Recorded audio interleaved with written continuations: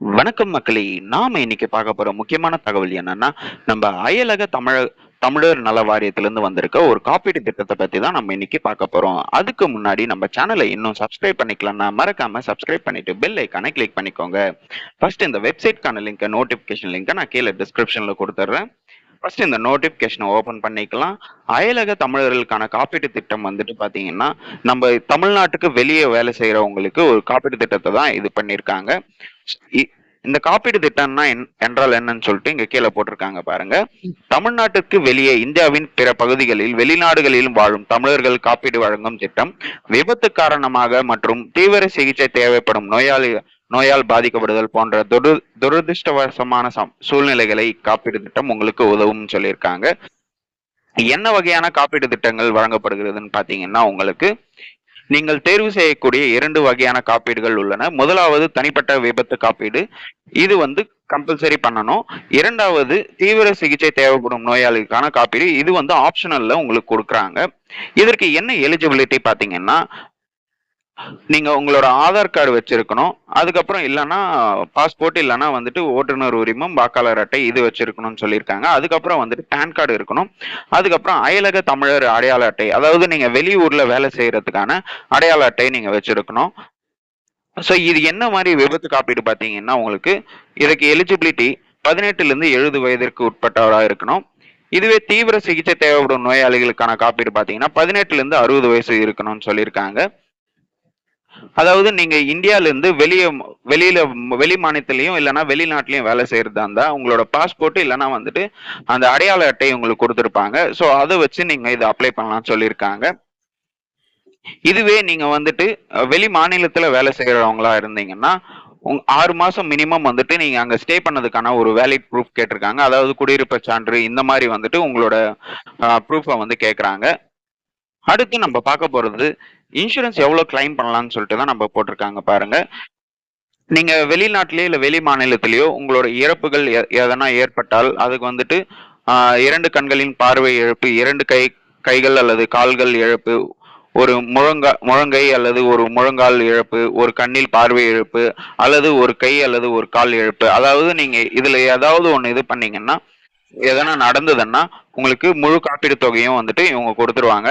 அதாவது காப்பீடு தொகையோட டீடைல் நம்ம இதுக்கப்புறம் ஃபர்தரா பார்க்கலாம். இதுவே வந்துட்டு உங்களுக்கு 50% காப்பீடு பாத்தீங்கன்னா, ஒரு கை அல்லது காலினை இழத்தல், ஒரு கை அல்லது ஒரு கால் இழப்பு, இதுக்கு வந்து பாத்தீங்கன்னா 50% ஆஃப் உங்களுக்கு இன்சூரன்ஸ் கிளைம் பண்ணிடுவாங்க. நிரந்தர மொத்த இயலாமை, அதாவது எல்லாமே செயலிழந்து விட்டது, நம்ம உடல்ல வந்து எல்லாமே செயலிழந்து விட்டதுன்னா அதுக்கும் முழு காப்பீடு தொகையை வந்து உங்களுக்கு கொடுத்துருவாங்க. அதுக்கப்புறம் வந்து பாத்தீங்கன்னா உங்களுக்கு தாயகம் திரும்பும், அதாவது நீங்க வெளிநாட்டுல வேலை செஞ்சிருந்தீங்கன்னா உங்களுக்கு இந்தியா வரத்துக்கு உங்களுக்கு இன்சூரன்ஸ் அதுல இருந்து ஒரு 50,000 வந்துட்டு உங்களுக்கு கிளைம் பண்ணிடுவேன்னு சொல்லியிருக்காங்க. ஸோ இது வந்து பாத்தீங்கன்னா நம்ம எவ்வளவு வந்து அமௌண்ட்டை பே பண்ற மாதிரி இருக்கும் இந்த இன்சூரன்ஸ்க்கு. நீங்க 5 லட்சம் காப்பீட்டு தொகையை வந்து நீங்க இது பண்ணீங்கன்னா தனிநபர் விபத்து காப்பீட்டுல நீங்க 3 வருடத்துக்கு ஒரு வாட்டி வந்து பாத்தீங்கன்னா 395 ரூபாய் பிளஸ் ஜிஎஸ்டி கட்டணும்னு சொல்லியிருக்காங்க. இதுவே 10 லட்சம் ரூபாய்க்கு நீங்க இன்சூரன்ஸ் பண்ணீங்கன்னா 700 ரூபாய் பிளஸ் ஜிஎஸ்டி பே பண்ற மாதிரி இருக்கும். இது வந்து பாத்தீங்கன்னா 3 வருடத்துக்கு ஒரு முறை வந்துட்டு நீங்க பே பண்ற மாதிரி இருக்கும்.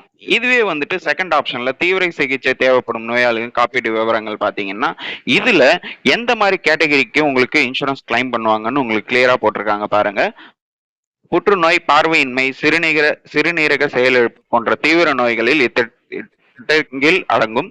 அதே சமயம் ஆஞ்சியோபெட்டிக்ஸ் மற்றும் மது அல்லது போதைப்பொருள் பயன்பாட்டால் ஏற்படும் கோமா போன்ற நோய்களுக்கு இக்காப்பீடு வழங்கப்படாது. ஸோ இந்த ஸ்கீம்ஸ் இந்த மாதிரி வந்து டிசீஸ்க்கு இவங்களோட இன்சூரன்ஸ் வந்து கிளைம் பண்ண மாட்டாங்கன்னு சொல்லியிருக்காங்க.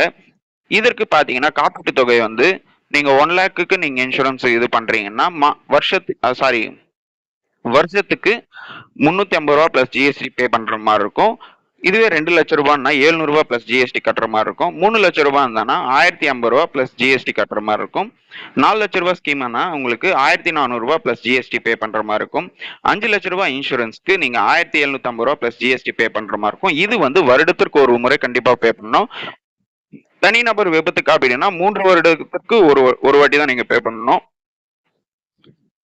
இந்த இன்சூரன்ஸ்க்கு நீங்க எப்படி அப்ளை பண்ணணும்னா nrtamils.tn.gov.in இந்த வெப்சைட்ல போயிட்டு தான் உங்க வந்து அப்ளிகேஷனை நீங்க அப்ளை பண்ற மாதிரி இருக்கும்.